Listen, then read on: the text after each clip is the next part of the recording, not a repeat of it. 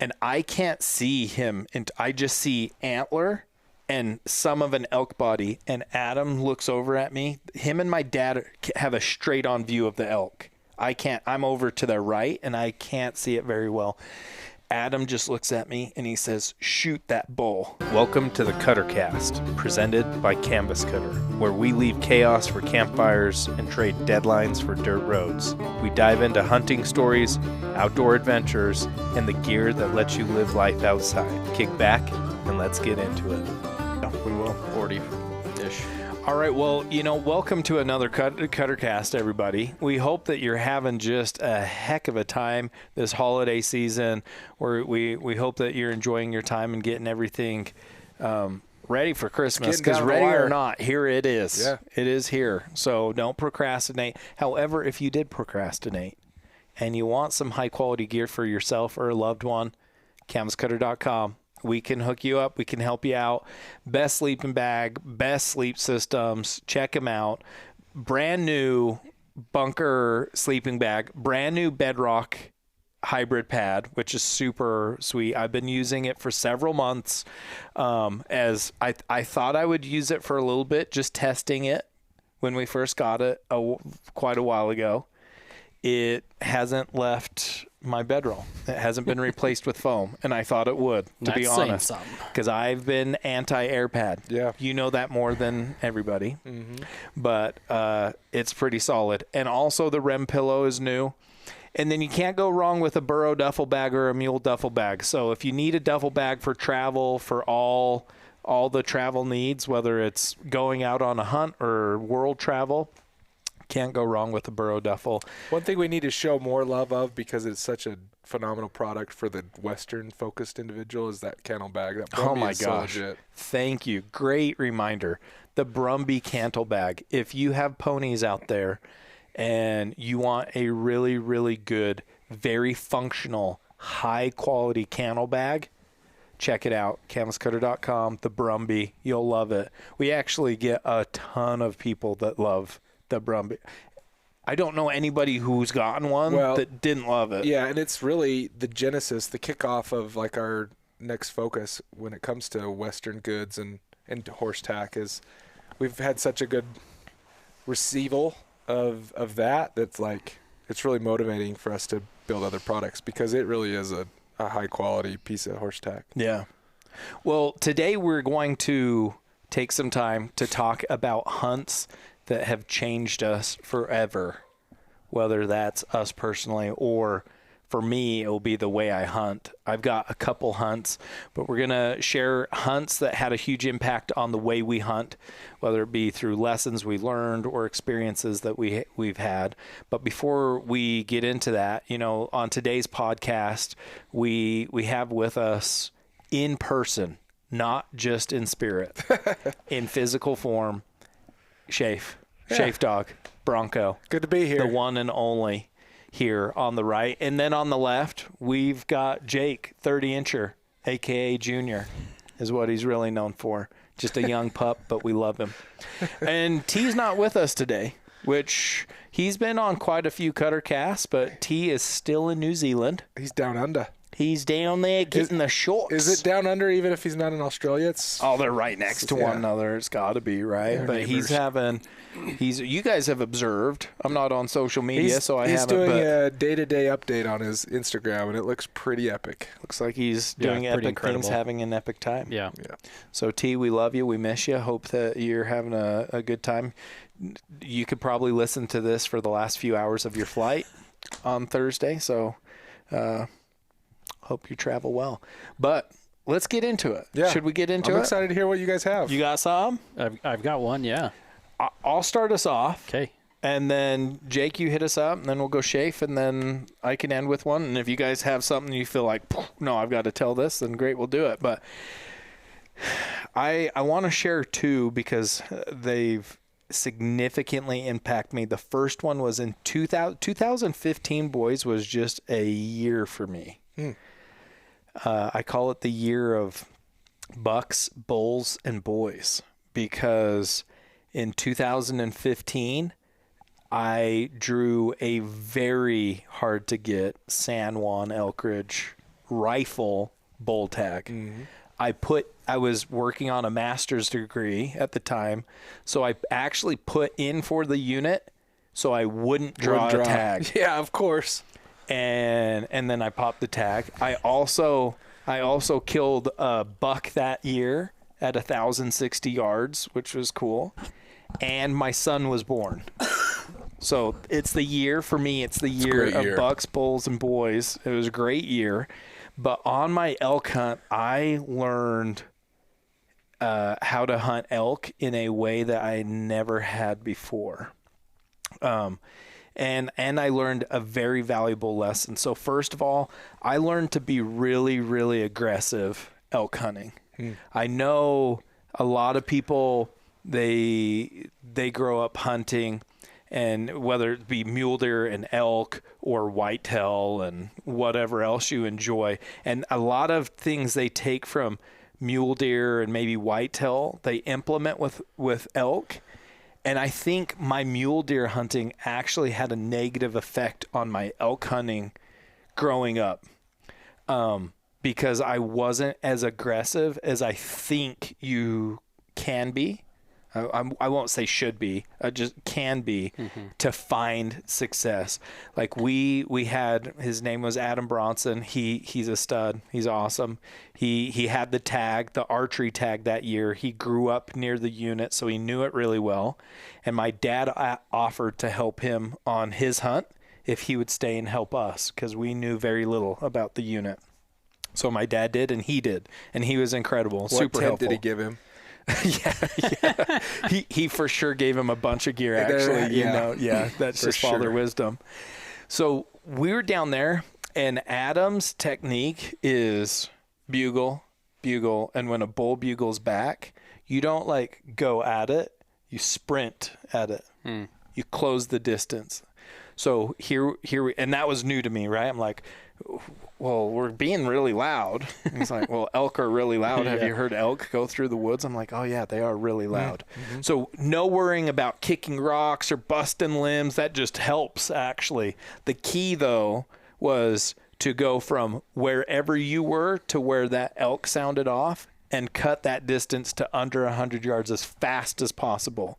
If you've been in the woods and you've witnessed elk move, they can travel a long ways in a short amount of time, right? So sprinting to close down that and then sounding off again isn't going to be a surprise. What it's going to be is like you're in the comfort zone, right? You're in the bedroom, a lot of people call it. You're too close for me. And what I noticed, we would call in anywhere from 7 to 12 bulls a day into 20 yards every day. That's all. We just run and gun. And that was the playbook. You bugle, they sound off, you cut the distance as hard as you can. If they're moving away from you, they've got cows. And if they have cows and they're moving away, calf distress. You go calf distress hard. When you do that, two things happen. If it's a bull by himself, I do not know what it is about their psyche or what they're thinking, but they come in to see what's happening. They want to see like what bear's killing this calf. They'll like come and just investigate. They like can't help themselves. If it's a bull and he's moving away because he feels like you're coming to steal his cows, so he's pushing his cows away, and you go calf distress really hard, those cows cannot bounce now because it could be one of their calves, right? That bull's moving them out pretty quick. Motherly instinct. Those cows will turn, and there's no stopping them. They are sprinting back. Now when they get within range and they're looking for the calf, that bull's ticked off, right? Because he's wanting to get away from this area because there's a bull bugling. And so he's coming in really hot. He's also looking for whatever's this calf is doing or whatever got this calf. But he's also distracted by trying to get his cows to still turn around. And we had substantial success, whether it was a bull by itself or a bull with cows, by cutting the distance super fast, using traditional elk calling techniques, but cutting that distance really fast. And if he starts moving away, he's got cows, in all of our experience. We didn't have a bull move away that didn't have cows. Every bull that moved away from us when we cut the distance had cows, and you hit a calf distress and they would be on your lap. It would literally be like start doing calf distress and sit down because they were coming. And they would every time. And when they're coming in looking for a calf, not for a bull, they cut it quick, and they're like, they're not holding up. They don't see you as easy as well. It's really weird. They're not looking for you like a human shape. Small. They're looking for something on the ground, Not a right? giant Small. bull. Yeah. Super effective. But so that was completely changed the way I hunt elk and how I feel about noise while hunting elk and aggression while hunting elk. And that worked consistently on that hunt? Every day. You know what's odd, though, because you're telling me this, and it's not the first time I've heard it. You've told me, I've heard it from others, too. This is a known technique, at least. Sure. I don't know how well known, but people employ it, right? Yes. Were Were you just not distressed enough? Remember when we did this on the Diamond Mountain hunt? But guess Buddy, what they I did? was super distressed. I think it needed to. You need to hear the distress that we would use. You were like lost calf, not calf being eaten. However, it did. They came back. He just would not come out. Like the cows wouldn't come out of the thick trees. Yeah, they stayed. But the reason being is, remember when we started getting close and we're like, he is right there? Mm-hmm. A cow looked directly at me, turned and walked into the trees. That's when they all started moving. So I think she was everything. pulling them. So even when he was calf distressing, I think she was like, no, I saw Danger. something. Yeah, there's danger. We're not going there. But they did come back twice. That's they true. just never came out. That's true. Especially if it was the lead cow. Like she's the boss. She seemed that attitude, right? She just looked at me, saw me, turned, went into the trees, and after she went in, they all started moving. So that It did hold them up. It did hold them up, and it did bring them back twice to the edge, but not. You're right. They didn't come right over us, right? Which with the traditional calf distress, they would, unless a cow would see us. Then they're like, oh, Yeah. gone. Yeah. Right. The second lesson from that hunt, and I'll be quick, but I didn't get I had one more day to hunt, and we had to go, and I had passed several really good bulls. In fact, one came running in when we did that very thing. He's going away from us hard, and Adam had hunted elk so much he could judge them really quick.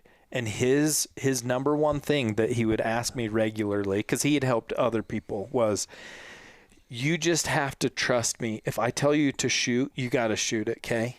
And I was like, all right. And he's like, if I tell you don't shoot, like, just don't shoot. That's my deal. And I was like, okay, deal. And that bull it was clearly going away. We started calf distressing, and we saw the cows coming. And he's like, they're coming. We saw the bull, dude, widest bull I've ever seen. Just so wide. He's like, shoot that bull. So I'm like getting ready. And then he put his binos up, and he's like, oh, he's got a broken third. Don't shoot it. And he came in, he was like 20 yards, ticked, screamed, and then his cows started noticing us standing there and like started getting nervous, so they started to like hesitate and move away, and then they just walked away. And then afterwards I'm like, bro, a taxidermist could fix why don't we that. who cares replace that? Broken third. So anyways, last day, right, I had it What do you think he was? probably over 370. Oh man. And every day we had experiences like that. Like we had a really, really good bull. He was a 6x7 right behind camp. I swear he was over 370, and that was my mark. And Adam's like, he's not over 370. I'm like, he's got to be over 370. And Adam's like, he won't go 370. So I didn't shoot him. I could have shot him opening morning right behind camp. And then we had this really, really pretty 6-point come in all by himself.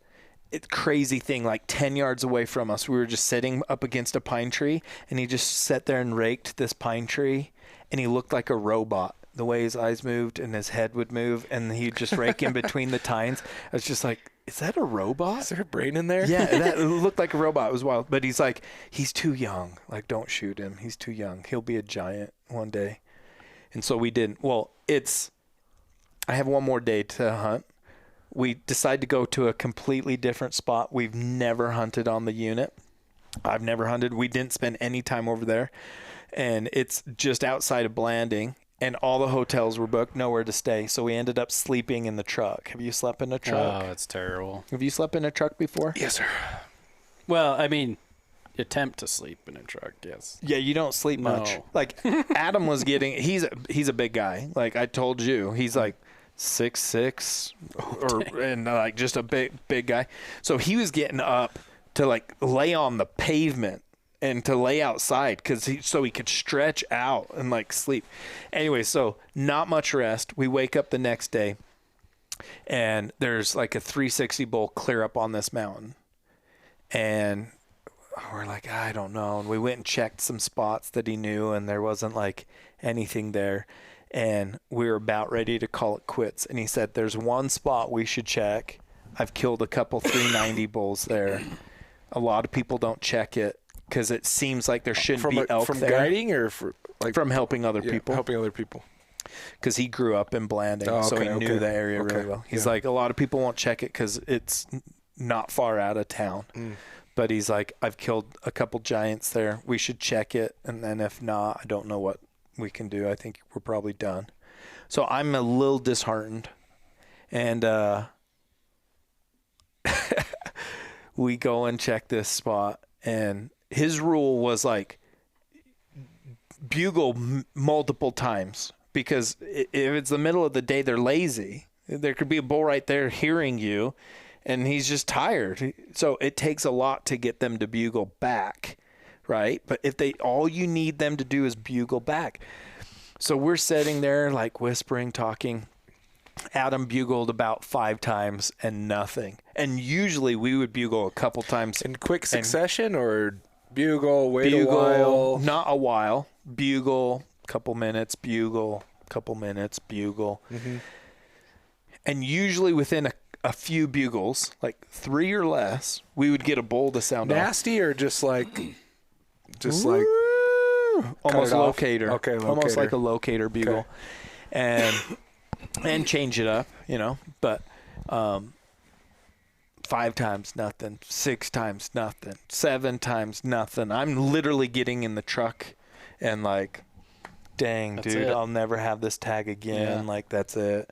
And I should have shot that 7x6 behind camp, or that huge wide bull that came in. Like, oh, great. 8 times, nothing. So we're all like getting ready. He's like, let me bugle one more time. Bugled.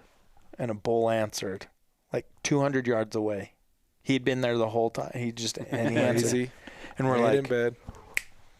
Boom! Grab my gun. We take off after him, and he starts going away from us pretty quick. So we know he's got cows. So we're sprinting as hard as we can to cut that distance down. And we stop and bugle, he'll bugle, and he keeps like, he's moving, and he's moving out quick. Finally, we sprint for quite a ways without bugling, and Adam's just like, sit down. We sit down, calf distress.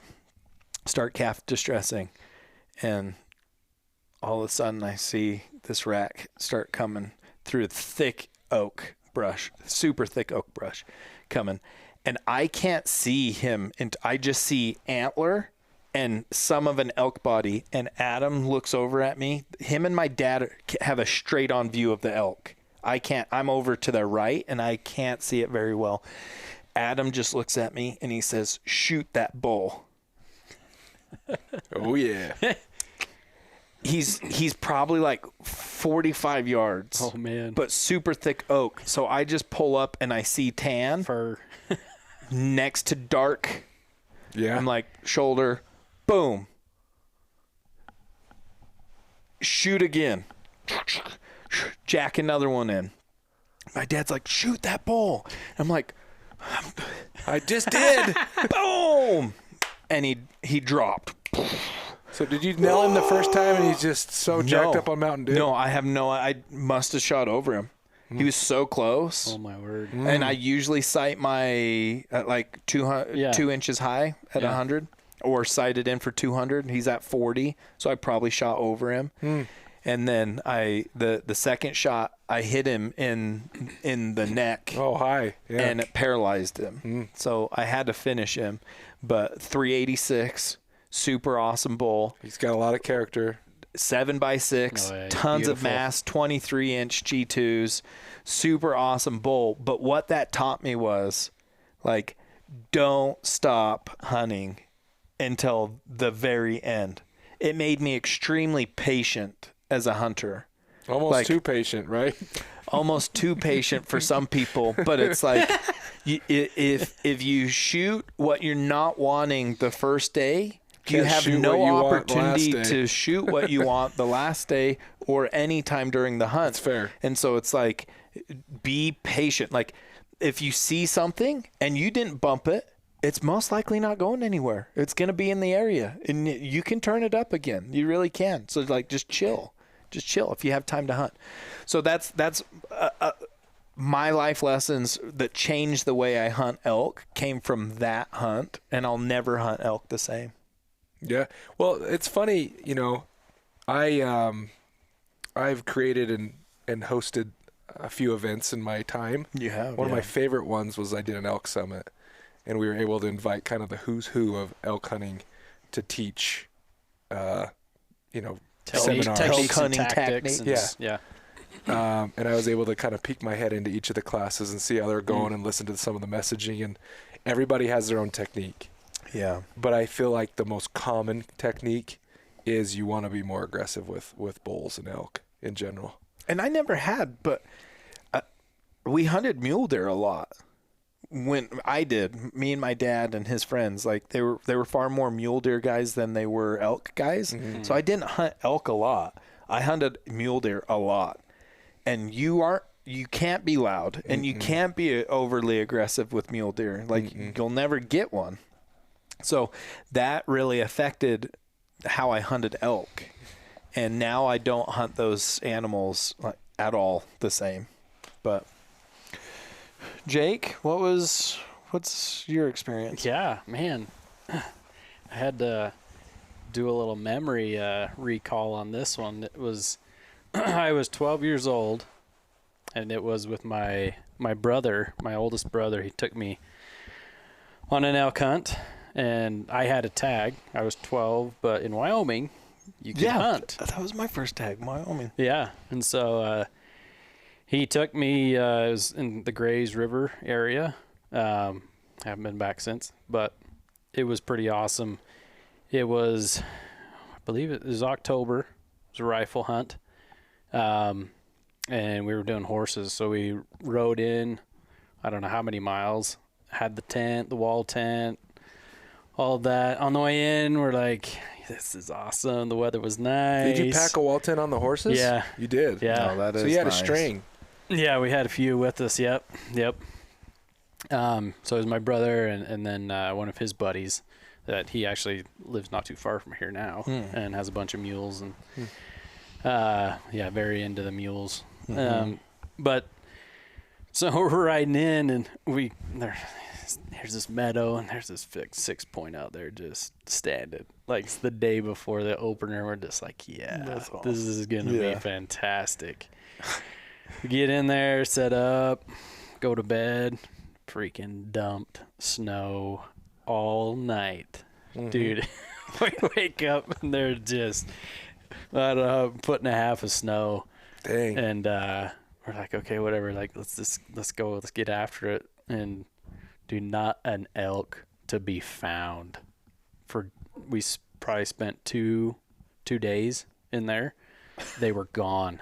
Totally moved down. Well, they had to have fresh tracks in the snow. Everything was just moving down. Yep. So like here we'd set up the wall tent, like all Pot that committed work. all the way in there. Yeah, and then nothing. And man, I just remember it was just everything was wet. Like I did not have the adequate, Equipment. gear. Yeah. Like So like my brother let me borrow one of his coats, his jackets, it's Gore-Tex, and I'm thinking this is the greatest thing in the world because I'm not getting wet, right? Like Yeah. I've never owned a piece of Gore-Tex, right? I was only 12. And I learned a lot of grit. Like it was cold, it was hard. Here I was, hunting with grown men, and they expected, they expected that I do what they did, right? And we did for a couple of days there, and then we're like, we got to pack this up. Like there's no elk here, so we packed everything up, hauled everything down, and got back to the trailer, and we'll hunt from the trailer, right? They got to be lower, so we're trying to figure out, where they are, where they moved to. But man, I just remember sleeping in that horse trailer. We got it all set up. Like Manny took the Manny tarps and tried to block all the all the windows. Because dude, it was so flipping cold. Like I have not been that cold since that point in my life. Like it was so cold. Well, horse trailer's an ice box too. Yeah. So like Manny tarps up, dude. Like we're trying to put some shavings down on the ground to like kind of make it somewhat insulated, sleepable where all the horses had been. Oh man. You didn't have cots. You were on the ground. Oh yeah. Yeah. Bed rolls. And so when we hunted a couple of more days, like out of the trailer, nothing. Never found them. So, I mean, that was basically it. It was cold, like no elk during the hunt.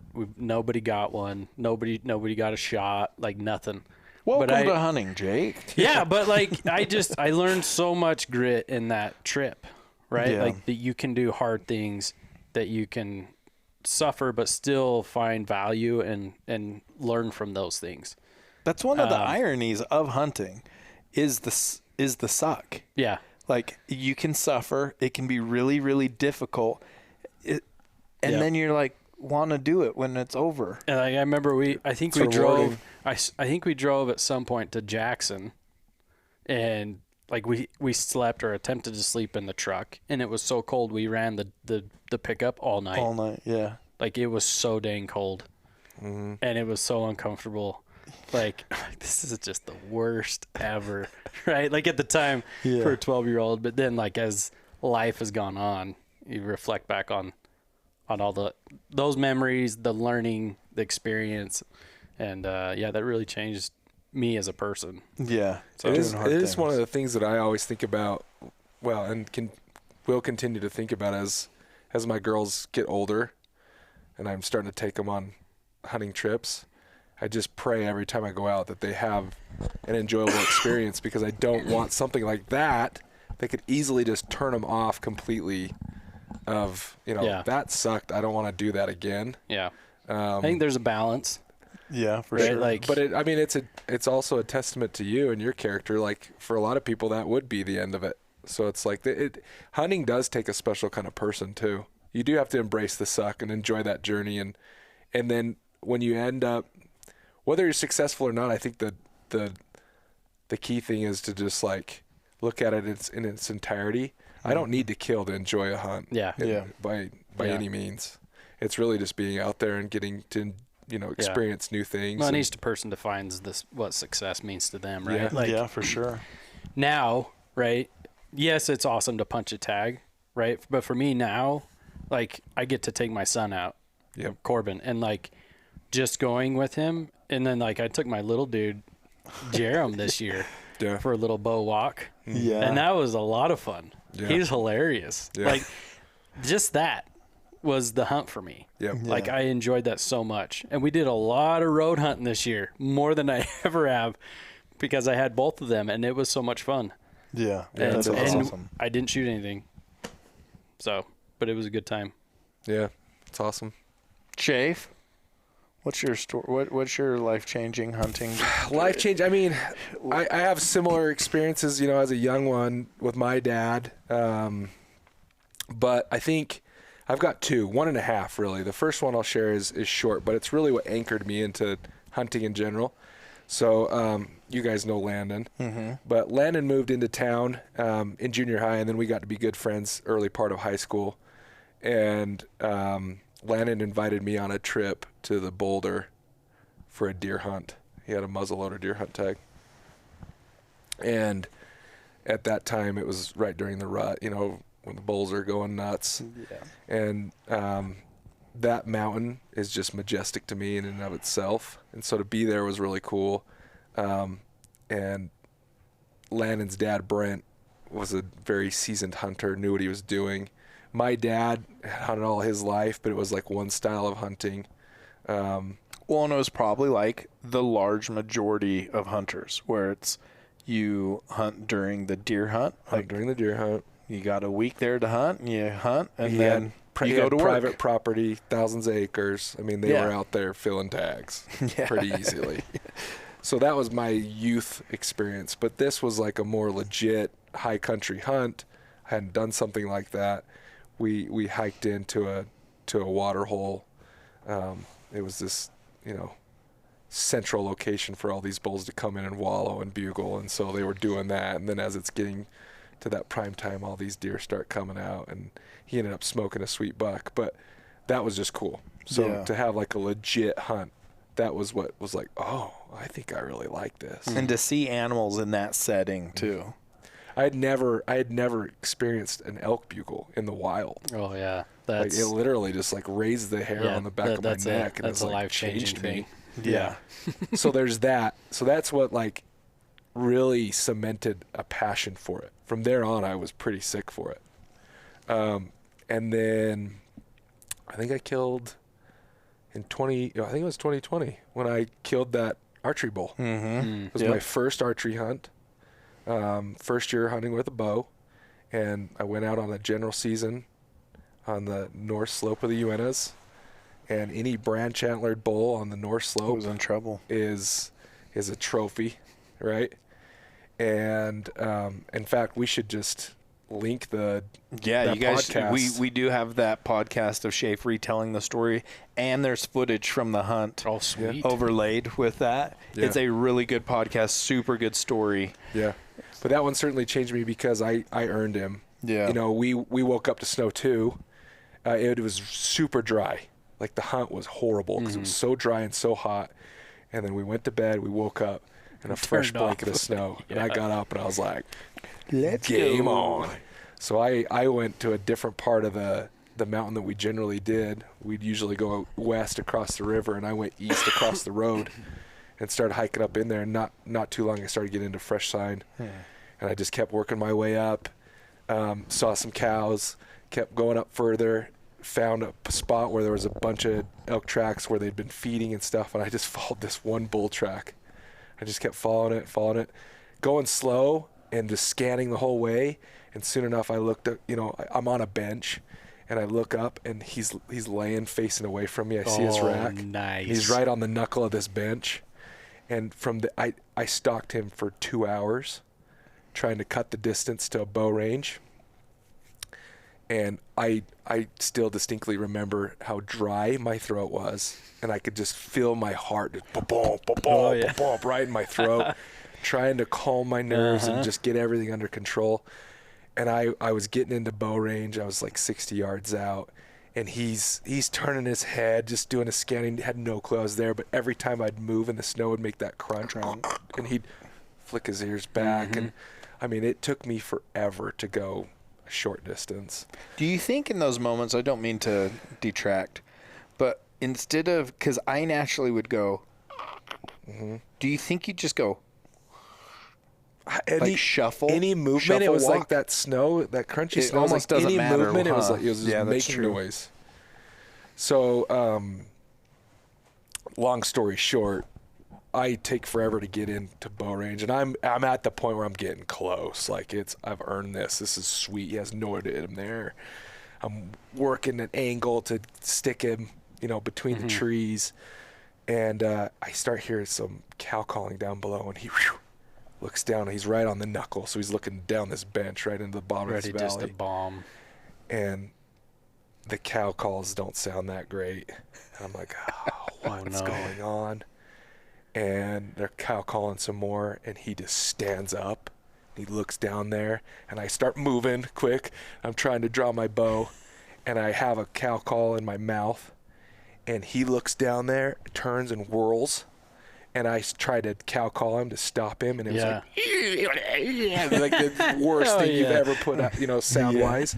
And he turns and looks at me, and I'm there with my bow trying to draw. I'm like, it's just chaos, and I'm new to all of this, right? Mm-hmm. And he sees me and just takes it to fifth gear, gone. Oh, man. And I was just devastated. This was, I was glassing him forever too, right? So I knew he was a decent bull, biggest bull I've ever seen on the mountain. He's a great bull. And then when to stand up and see his frame that close and him whirl and go, my heart was shattered. Yeah. Like I was in a bad way, and come and find out it was dudes coming up the bottom of the canyon just freaking doing the hoochie mama, this is the terrible sound, and he saw that and was like, I'm out of here. So I sat there and sorrowed and down on myself, and I was like, you know what, as long as I can see this fresh track, he's eventually going to stop and I'm going to catch him. And I proceeded to hike mile after mile after mile, and I could see his track go from a run to a trot, to a walk, to a stop and feed, to a meander feed. And I was like, I'm getting closer. Yeah. I'm getting closer. And I was high alert, vigilant. It was the most dialed in as a hunter I've ever been. Which is why I think archery is so cool. Okay, it is. Because all my senses were on you have to be max level. Yeah. And so I caught up to him. Head down, feeding. 52 yards, ranged him, moved 3 steps right, put it right there. I wasn't even it was just kind of, I was so nervous when I first saw him. Yeah. I couldn't control my breathing. I just can't swallow. When I finally caught up to him, I was so determined and almost mad that I was stone cold. Ice. Ranged him, moved over, settled my pin, sent it. It was like I couldn't even think of it. It was just like reaction. He whirls, takes off straight downhill. I'm sitting there in disbelief. Wait a little bit. Go over there, look for my arrow. No, can't find the arrow. No blood, just whirled and turned. It snowed, but then it was a blue sky for the day. So the snow was starting to melt. So he turned and wheeled in mud and ran down the hill. I'm like, okay, well, I'm supposed to be able to find a bloody arrow. That's how it goes, that's right? What the shows in the movies. I see it in shows all the time. That's what I've been told. No bloody arrow. No. So I'm like, oh my gosh, what happened? So I'm like, okay, well, I knock another arrow, get back into hunt mode, and I start going down the hill and not 10 yards, and I see some blood. And I'm like, okay, I hit him. Sweet. Oh, yeah. Let's go. And then I keep walking, and it's like blood. A lot of blood. Dude, he went, I can't even remember the yardage anymore, but it was sub 100. And I look down there, and he's piled up. Not only piled up, he had a geyser of blood 20 yards down the hill. I mean, when I got up, finally took care of him and cut him up and stuff, there were giant air pockets in his veins. I mean, he bled out. I thumped him. I pinwheeled him. So couldn't have been a better experience, because it was a lot of heartbreak and a lot of work. And then to kill a bull that was that rewarding. So I proceeded. And for the area, Booner bull, really awesome bull. I don't know if I'll ever kill a bull like him on that area again. But I broke him down all by myself, did all that stuff, hiked. So I hunted him the whole time, killed him late afternoon, cut him up the rest of the afternoon into the evening, hiked down in the dark. I was so dead. I made it to the bottom. There's a campground at the head of this canyon that we camp in, and we're a few miles down from that. So I get to that camp. You're praying for a ride. And there's tents all in there, and I literally went up to a tent, and I was like, is anybody, because it had a lantern on or something, I was like, anybody awake in there? And they're like, yeah. And this old guy comes out. He's like, what's going on? I was like, dude, I killed this bull, and I'm dead tired. Is there any way you could give me a ride down to my camp? He's like, oh, yeah, absolutely. So Oh, awesome. That is awesome. I quartered him up and hung all the quarters in the tree, but I was like, I gotta show my buddies. I was so excited. So I took the head and the caved out with me that night. So I was able to show the guy. He's like, oh my gosh, yeah. Next thing you know, the whole campground is like looking at this bull in the dark. So I got a ride on the tailgate down to the boys, and then in the morning we went back up there and recovered everything. But that was it awesome. for me. A lot of learning. Yeah, and it was my first experience, and it was tough. But then I went back to the office, to tell the rest of the guys. I was like, this archery stuff's easy. What are you guys talking about? What are you guys talking about? Man. And then similar area, same mountain the next year, I got into a really close encounter. I was about to draw back on another bull, a bull that may have been bigger than the one I killed. No way. I went back to back, and I was about that. so upset I didn't make it happen. He was coming to me. And it was you needed a Garmin. I needed a Garmin. If I had a Garmin, it would have been over. But I kept ranging because he was in the open, and I had like no references. So anyhow, but That's awesome. There was something I was going to say, and I can't remember. But I will. You were going to say we need to go do that We hunt this need next to year. go elk hunting. Yeah. With bows and kill elk. Because it's easier than rifle. I know what I was going to say. Your persistence with like not giving up and being like, I'm just going to follow this track. Like at some point he's going to slow down and stop and I can catch up to him again. I know guys that is how they hunt mule deer. They find a big track and they just follow it. And sometimes it will be miles. Sometimes they'll have to leave a mark, go back to camp, and then go back to that mark the next day. But they just stick on the track, and they don't always get the buck, but they always catch up to it. And I find that interesting. I did that with a mule deer hunt one time. Requires patience in the snow, but man, can produce. And it's a skill, like to track an animal, because you'll lose the track and to be able to pick it back up. Yeah, I feel like it's definitely a learned skill. Yeah. Well, I'll be really brief with my last one, but it changed. I've always been more of I know I said earlier that I grew up hunting mule deer more than elk, and I did, but I always enjoyed hunting elk more than mule deer because they were bigger, they're vocal, like it was just fun. And so I would always consider myself more of an elk guy than a mule deer guy. And you get a lot of mule deer hunters out there, probably, hopefully some are listening to this, that they're just like so sick for mule deer. Yeah. It's like elk are stupid, like just hunt mule deer. And my dad drew a really, really good archery mule deer tag, put in for 20 years for the tag, got the tag. That hunt changed me. That is when I realized not only is mule deer hunting extremely fun, but I understood why it gets in the blood of people. Because we, first of all, hunted this area that I didn't think the mule deer would want to hang out on. It was not shady. In fact, it was east-facing slopes, east-south, so it just bakes in the sun all the time. But a lot of people who knew the unit well was like a lot of really good bucks hang out on the east-south side. I'm just like, really? And it's extremely bare looking. And so we would hike up these various ridges that would give us advantages to look into several canyons. And that is where I learned to glass and to be patient. I would literally sit there for 6 hours and just glass all day long. So I learned a lot about glassing and glassing techniques doing that.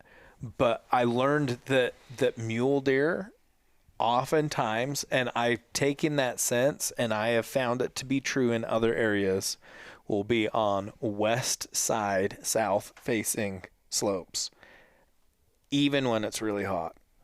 You would sit there in glass and be like, oh my gosh, there's a buck right underneath that little ledge. Like, do you see that ledge? Yeah. Dang. That's crazy. He like crawled up in under that. Glass and glass and glass. Oh my.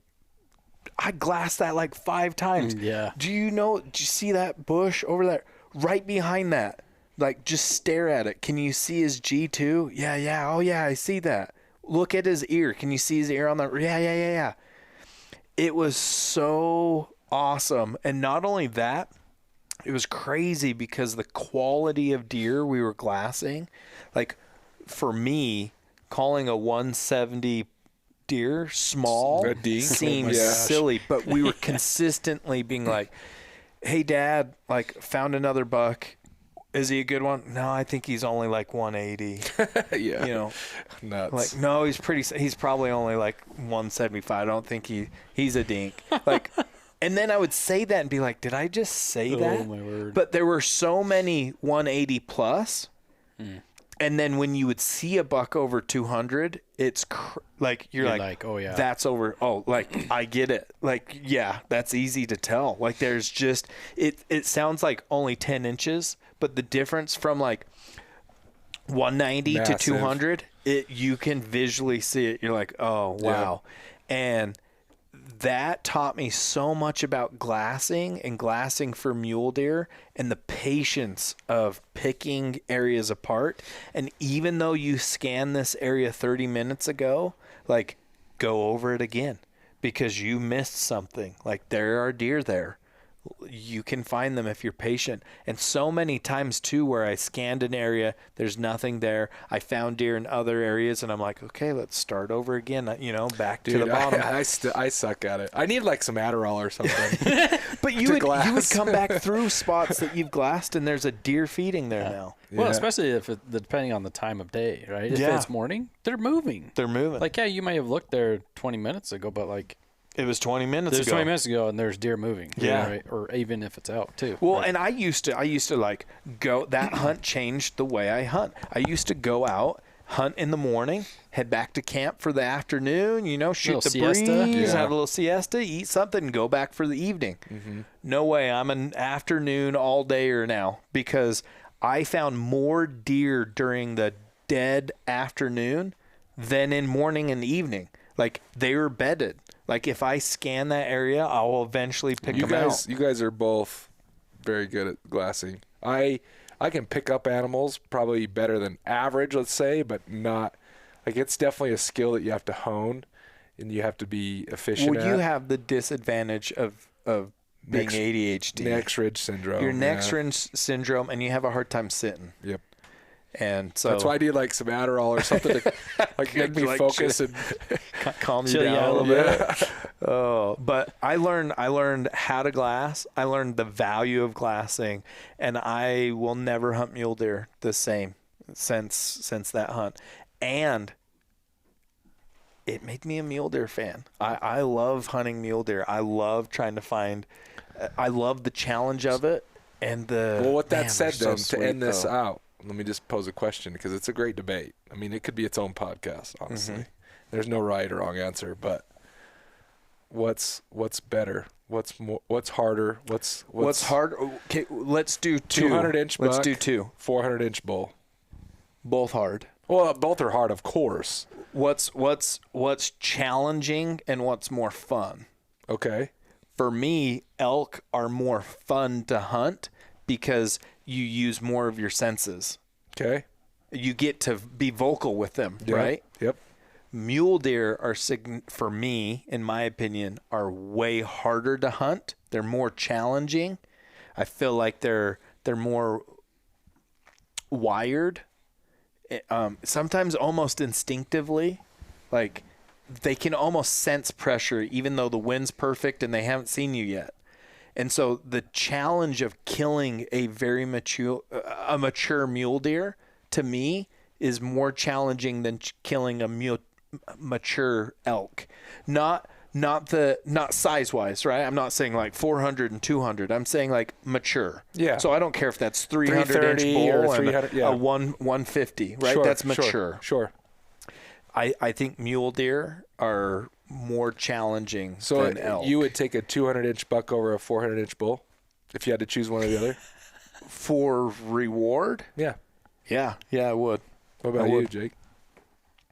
400-inch bull looks awesome on the wall, but a 200-inch buck also looks awesome and was likely a lot harder to kill. Unless you were grandpa and grandma driving down the road that's and what's shot at frustrating, 50 though, is yards off the road. I've heard of plenty of stories where it's just like dude's cigarette, you know, black and red flannel, Well, blue sure, jeans you on don't, the road. sure. driving the road.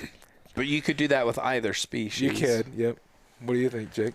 I'm an elk guy. Jake's an elk guy. I'm an elk guy, guys. But do you He agree? hasn't Do you agree hunted. with Seth though? Do you think that mule deer are harder to hunt? A big mature mule deer is Have harder you than been able to do a mule deer hunt where you consistently saw bucks over 180? No. I would 110% agree with you before that hunt. 110, I'd be like elk all day long. That hunt and seeing those bucks changed it for me. yeah. It changed it. Yeah. You're an elk. You pick an elk as of now. I love bugling.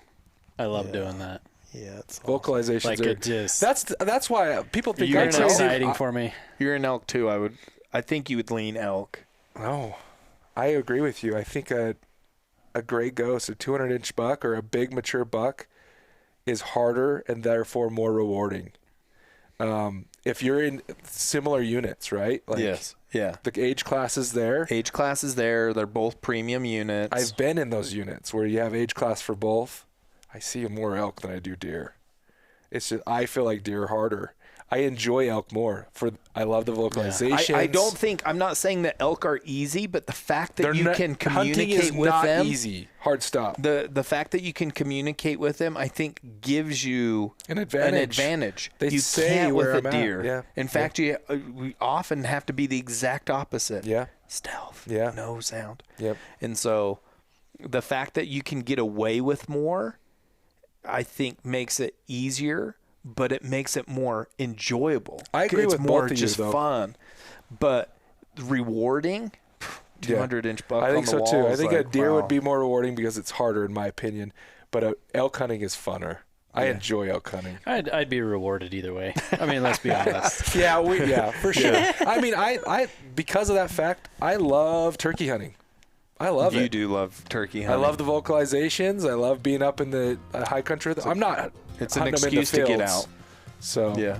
Well, let us know what you guys think. Yeah. What would you guys say? Down in the comments below, let us know. Are you a mule deer guy or an elk guy? Which would you prefer? If you could have a 200-inch buck or a 400-inch bull, which are you taking and why? Let us know. And we need to venture into the whitetail woods.